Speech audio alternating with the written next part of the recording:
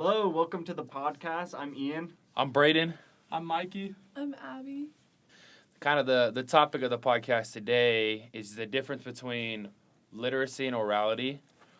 And the question we want to start with is, have you ever wondered why podcasts, TikTok, and live streams feel so intimate or like you're there with the person? A big part of this concept and where it was coined is actually by Walter Ong. And Walter Ong describes it in a way that oral culture is building a new culture in today's day and age. So we look back at the beginning. Most of history, knowledge was passed down orally through storytelling, songs, and even from memory from people to people. It was an experience people shared between friends, between family in a lot of different ways. And then writing came along later, but writing did a better job and a different job that words couldn't do, that carried it on from generation to generation, story to story, family to family, and made the knowledge of a lot more durable than just what words and memories could be remembered and shared. And it distanced us when these words turned into writing. It distanced us from the immediate source of what the spoken word actually was, according to Walter Ong. I would say for me, I love to listen to podcasts kind of while I work out, while I'm running, or while I'm on the treadmill. It kind of helps me clear my mind and just focus on my workout. And I notice that these podcasts I listen to, a lot of times they tell stories that people have sent in, that they've written in, but then they're able to tell these stories orally, which allows them to feel more intimate to me, and I feel like I'm able to understand what's going on and create this picture in my mind because I'm getting them. They were written, but then also they were spoken to me, and so I'm able to understand and see what they're trying to convey to me, the message that they want to share. Ian, Abby, question. How does secondary orality shape the way we consume and share information today compared to the more traditional forms of literacy? Well, first off, I think secondary orality can hit a broader audience. With primary orality, you're looking at just the people who you're speaking to one-on-one.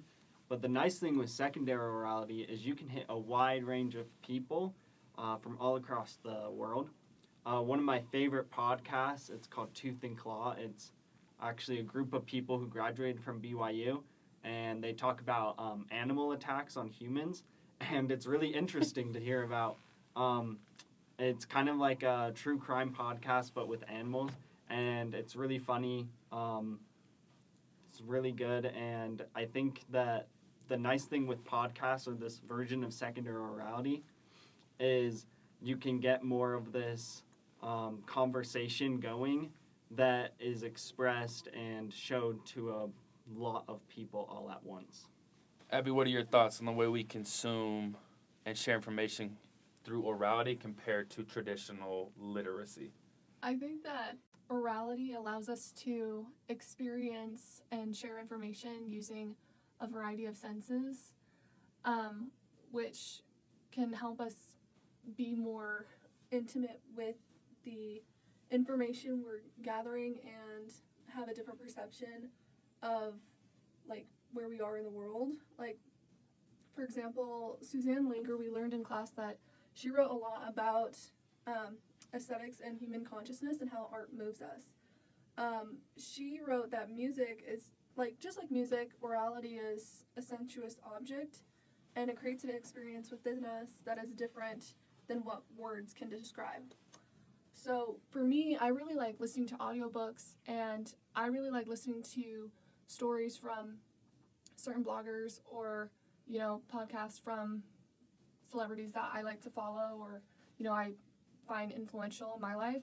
I think that I would rather listen to them speak because I can hear their story. I can watch them on a video too. A lot of podcasts are filmed, and it makes me more in that moment rather than reading words on a sheet of paper that I'm not really fully conscious and fully